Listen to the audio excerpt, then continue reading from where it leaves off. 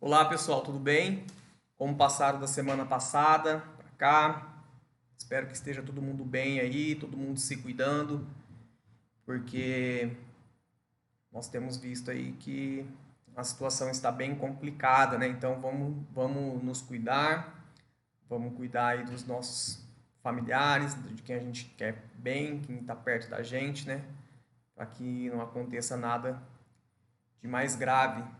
Dando sequência na nossa disciplina de justiça do direito desportivo, na nossa última aula, nós falamos um pouquinho sobre os princípios que regem, né, o direito desportivo. E hoje a gente vai falar um pouquinho sobre a organização da justiça desportiva dentro do nosso ordenamento jurídico, tá? Eu acho que vocês devem ter visto já lá no processo civil como que funciona a organização do poder judiciário dentro daqui da nossa legislação. Vocês vão ver que é um pouco parecido. A justiça desportiva, ela é um sistema administrativo que aplica as regras desportivas relativas à disciplina e às competências desportivas. Embora ela seja chamada de justiça, ela não tem uma relação com o poder judiciário. Ela vai estar sempre ligada a um órgão de administração do esporte. Por exemplo, o STJD, o Superior Tribunal de Justiça Desportiva de Futebol. Ele é vinculado e mantido pela CBF, pela Confederação Brasileira de Futebol. Óbvio que ele tem uma autonomia. Tanto é que cabe ao STJD, quando for necessário, julgar dirigentes da CBF em determinadas situações. Tá? A organização, o funcionamento, as atribuições da justiça desportiva e o processo desportivo, eles são regulados pelo CBJD, pelo Código Brasileiro de Justiça Desportiva. E quem se submete a essas regras aí do CBJD? Todas as entidades nacionais e regionais de administração dos esportes, por exemplo, as federações estaduais de futebol, as federações de vôlei, enfim. As ligas nacionais e regionais, as entidades de práticas desportivas, né, os clubes, ou aquelas entidades que não são filiadas a nenhuma entidade de administração, os atletas, tanto os profissionais quanto os não profissionais, os árbitros, os assistentes de arbitragem, toda a equipe de arbitragem, pessoas naturais que exerçam qualquer cargo ou função que está diretamente relacionado a alguma modalidade esportiva, todas as entidades que compreendem o Sistema Nacional de Desporto, todas as pessoas naturais e jurídicas que forem diretamente ou indiretamente vinculadas ou filiadas ou coligadas a alguma dessas entidades nacionais do desporto, tá? E qual que é a competência? Com relação à competência, como já foi dito anteriormente, a justiça desportiva ela só admite ações referentes à competição e disciplina esportiva. Competição, provas esportivas, onde há concorrência entre atletas. E a disciplina esportiva é para processar e julgar as infrações disciplinares definidas, né, nos códigos de cada modalidade esportiva. Então, a competência da justiça desportiva é para tratar de questões referentes à competição e à disciplina. Toda a organização e o funcionamento da justiça desportiva ela está disciplinada no artigo 3º do Código Brasileiro de Justiça Desportiva e no artigo 52 da Lei Pelé. Tá? Lá eles citam que os órgãos da justiça desportiva eles são autônomos e independentes das entidades de administração. Então, o STJD do futebol ele é autônomo e independente da CBF, ainda que seja a CBF, né, o órgão que o mantém, até financeiramente, tá? Mas assim, até traçando um paralelo entre o poder judiciário e o poder executivo. O poder executivo é quem tem o dinheiro, né, que banca, inclusive, o judiciário. Mas há uma questão de independência de poderes, né? O professor Álvaro Melo Filho, ele trata essa questão aí da relação entre a justiça desportiva e os órgãos de administração como uma relação de duas faces. A face interna, que é a autonomia, e a face externa, que é a independência. Então, segundo ele, tem que existir essas duas faces para que não haja, para que a justiça desportiva não proteja aqueles que o mantêm, né? Não haja lá um protecionismo, um corporativismo, um protecionismo no sentido de não punir aqueles que mantêm financeiramente a justiça desportiva. A autonomia e a independência são essenciais, são fundamentais para que nós tenhamos uma justiça desportiva imparcial.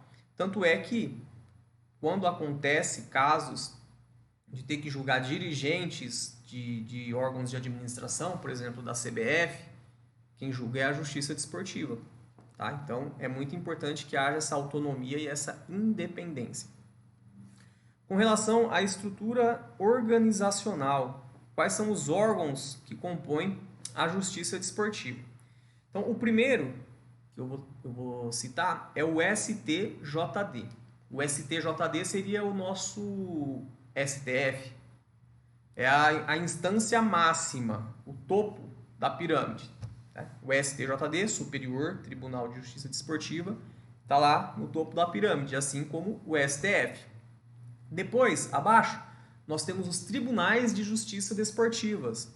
Né? Os tribunais, eles se assemelham aqui aos tribunais de justiça dos estados. Tá bom? Tanto o STJD quanto o TJD, ele tem o seu tribunal pleno.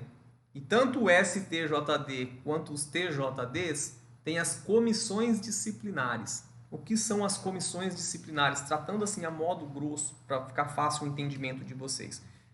Deixa eu fazer um esqueminha aqui para mostrar uma figura. Não sei se ficou claro aqui. Bom, acho que está aparecendo aí, né? Então nós temos TJD, Tribunal de Justiça Desportiva, Tribunal Pleno. Isso aqui no âmbito estadual. E as comissões disciplinares. STJD, Tribunal Pleno, e as comissões disciplinares. As comissões disciplinares, elas seriam as nossas justiças de primeira instância, os nossos fóruns locais. Então, aqui em Nova Andradina tem o fórum. Se equivaleria aqui à comissão disciplinar. Tá? Então, o TJD pleno e o STJD pleno seria a instância superior. Seria assim, a grosso modo, fazendo uma analogia bem tosca, seria mais ou menos isso. Tá bom? Dando sequência aqui, então, o STJD.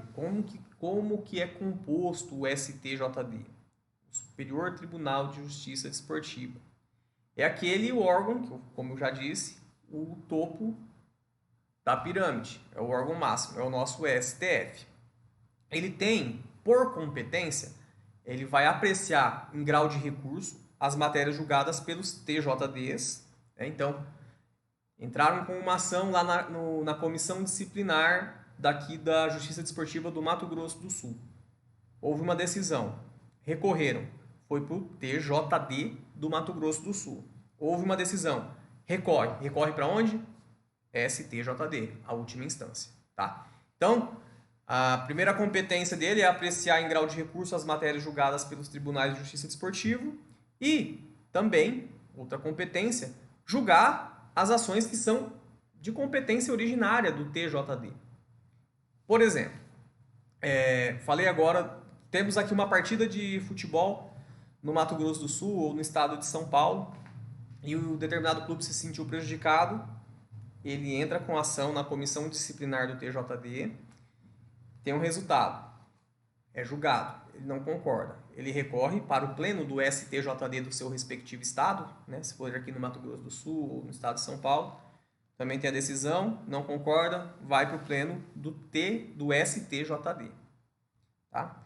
Agora, se for uma competição do Campeonato Brasileiro, por exemplo, se for uma competição organizada pelo órgão máximo de dirigência da modalidade esportiva, por exemplo, o Campeonato Brasileiro, que é organizado pela CBF ou a Copa do Brasil também, a competência originária, por exemplo, tem uma partida lá entre Palmeiras e Corinthians, e para variar, o Corinthians é beneficiado pela arbitragem. Aí alguém do Palmeiras se sentiu lesado e vai entrar com uma ação.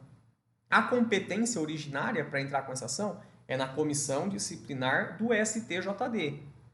Tá? Então é como se já entrasse com uma ação no segundo grau de jurisdição.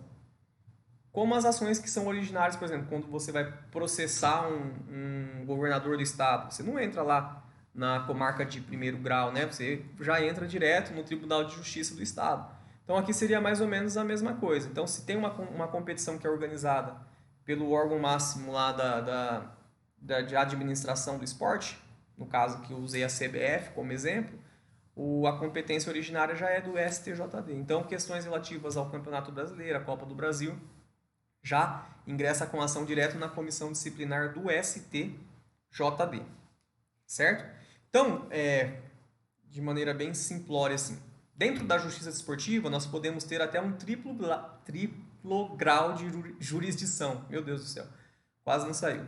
Triplo grau de jurisdição. Quando vai acontecer o triplo grau de jurisdição? Quando você entra com uma ação na comissão disciplinar do TJD do Estado, tem-se um resultado, recorre para o pleno do TJD do Estado. Tem-se um resultado não contente, recorre-se para o STJD. Passou por 3 instâncias, temos o triplo grau de jurisdição. Ou teremos só o duplo grau de jurisdição, quando a competência for originária do STJD. Certo? Como que é formado o pleno? O tribunal. O pleno do STJD, ele é formado por 9 auditores. Os auditores nós vamos estudar um pouquinho mais para frente. Ele é o nome que é dado aos julgadores dentro da justiça desportiva. Seriam os juízes nossos, né? Então, os auditores são formados por 9. Esses auditores, eles não fazem um concurso público como os nossos magistrados para ingressar na carreira. Não é uma carreira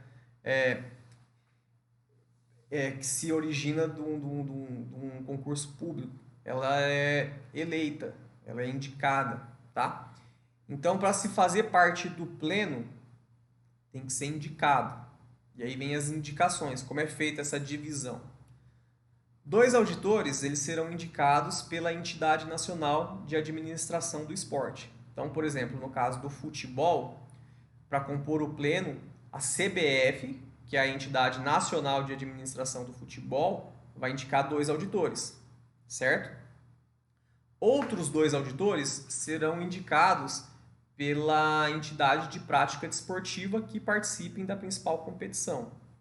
Então, no caso aqui do futebol, seguindo sempre o exemplo do futebol, outros 2 auditores serão indicados por clubes da Série A, da primeira divisão da principal modalidade esportiva aí, no caso do Campeonato Brasileiro de futebol. Outros 2 auditores serão advogados indicados pelo Conselho Federal da OAB. Veja bem, STJD, né, o órgão máximo, será indicado pelo Conselho Federal da OAB. Serão 2 advogados. Depois nós teremos um representante dos árbitros, indicado pela entidade representativa deles lá. E, para terminar, 2 representantes dos atletas, indicados pelas entidades representativas, pelo Sindicato dos Atletas, tá? Então, assim se compõe o pleno do STJD, certo? Depois, nós temos os tribunais de justiça desportivas, né, que aí são regionais, estaduais. Esses aí, eles têm a competência originária para tratar das causas que são relativas às competições municipais, regionais ou estaduais. Pode ser que tenha um TJD regional e não estadual, certo? Mas a regra é que seja um TJD estadual. Então, a competência é para tratar das competições municipais, estaduais ou regionais. Como que é formado o pleno do TJD, dos TJDs, né, dos tribunais regionais ou estaduais? também são formados por 9 auditores indicados quase da mesma forma que o pleno do STJD. Então, são 2 auditores indicados pela entidade estadual de administração do esporte, por exemplo, no exemplo do futebol, pela Federação Paulista, ou a Federação Sul-Mato-Grossense aqui, ou a Federação Paranaense, por exemplo. 2 serão indicados pelas entidades de prática desportiva, os clubes da principal modalidade esportiva. 2 serão indicados pelo Conselho Seccional da OAB. Lembram lá no STJD? Eram indicados pelo Conselho Federal. Aqui no TJD, como é regionalizado, como é estadual, é indicado pela seccional, ou seja, pela OAB estadual, certo? Um representante dos árbitros, indicado pela entidade representativa, o Sindicato dos Árbitros, e 2 representantes dos atletas também indicados por entidades representativas. Falando aqui da questão da indicação feita pela OAB, teve um caso interessante no estado do Paraná, em 2008, se não me falha a memória, que para preencher lá as 2 vagas que a OAB tinha direito a indicar, em vez de se fazer uma livre nomeação, o presidente da OAB ir lá e falar, olha, eu quero que seja fulano e fulano, foi feita uma espécie de concurso, de concorrência, que eles deram o nome de eleição. Então publicou-se lá um edital falando que havia as vagas e estipulou alguns requisitos para pleitear o cargo, né? Um currículo mais ou menos satisfatório, com comprovação de atuação e experiência dentro do direito desportivo. E, por incrível que pareça, teve 17 advogados interessados que se inscreveram. Só que somente 4 conseguiram homologar sua candidatura, digamos assim, porque preenchiam os requisitos. E desses 4, foram escolhidos 2 para fazerem parte lá do pleno lá do Paraná. Interessante, deveria ser assim em todos os lugares e sempre, né? Lembrando sempre que os auditores eles não recebem dinheiro para participar. É uma função, um munus público, digamos assim. Bom, então falamos do STJD, a instância máxima, do TJD, as instâncias estaduais, e vamos falar das comissões disciplinares. Então, como eu falei agora há pouco, tanto o STJD quanto os TJDs, eles são compostos por câmaras, por comissões disciplinares. E essas comissões, essas câmaras, é como se fosse no Tribunal de Justiça, por exemplo, dentro da área civil existem as câmaras cíveis, né? Então, a comissão disciplinar seria como se fosse no formato das câmaras cíveis. Essas câmaras elas vão existir quantas forem necessárias para a prestação jurisdicional. Por exemplo, aqui no estado do Mato Grosso do Sul existe pouca competição esportiva, então não se faz necessárias muitas câmaras. Mas no estado de São Paulo, por exemplo, no estado do Rio de Janeiro, há diversas competições, então há necessidade de um número maior de câmaras. Tá? Essas comissões disciplinares elas serão compostas por 5 auditores. Esses auditores têm que ter um reconhecido saber jurídico desportivo e uma reputação ilibada. Esses aí são os requisitos para fazerem parte aí, para serem auditores das comissões disciplinares. Quem que indica os auditores para compor as comissões disciplinares? Qualquer auditor do tribunal pleno. Tá? É feita uma lista, é entregue lá para o tribunal, para o presidente do tribunal, os auditores do tribunal pleno fazem uma lista com os nomes dos possíveis auditores das comissões disciplinares, entregam para o presidente do tribunal pleno e ele faz uma votação. E aí, dentre o mais votado, vai preenchendo o número de vagas, certo?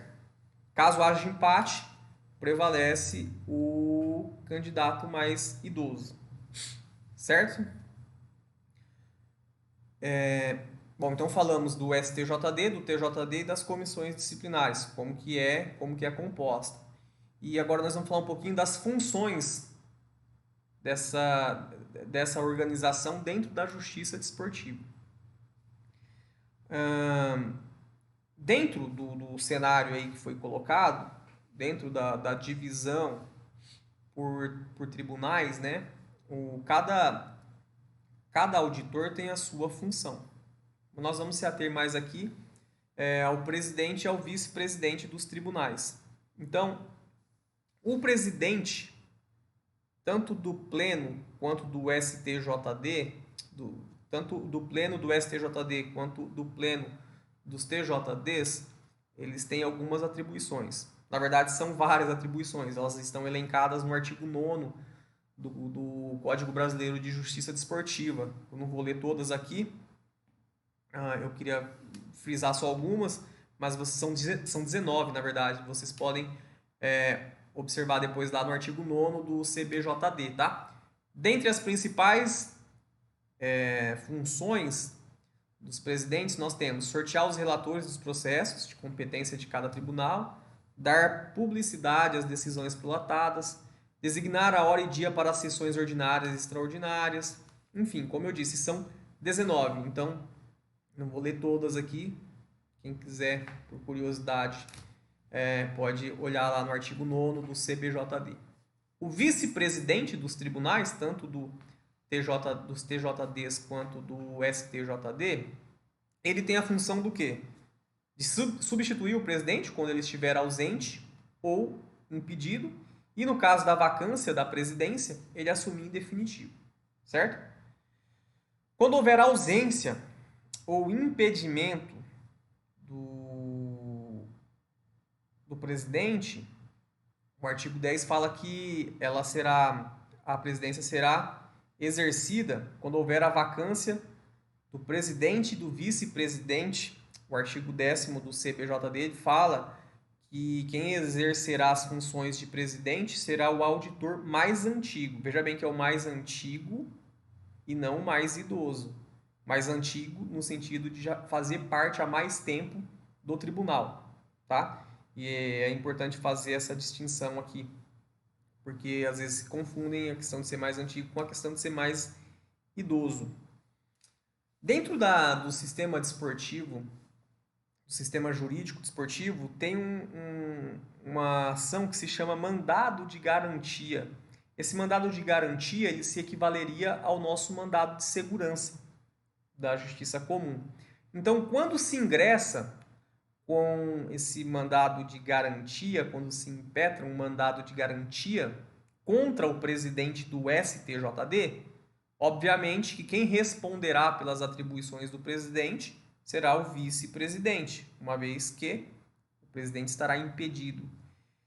Quando o mandado de garantia for contra o presidente e contra o vice-presidente, também será exercido as funções de presidente o auditor mais antigo, certo?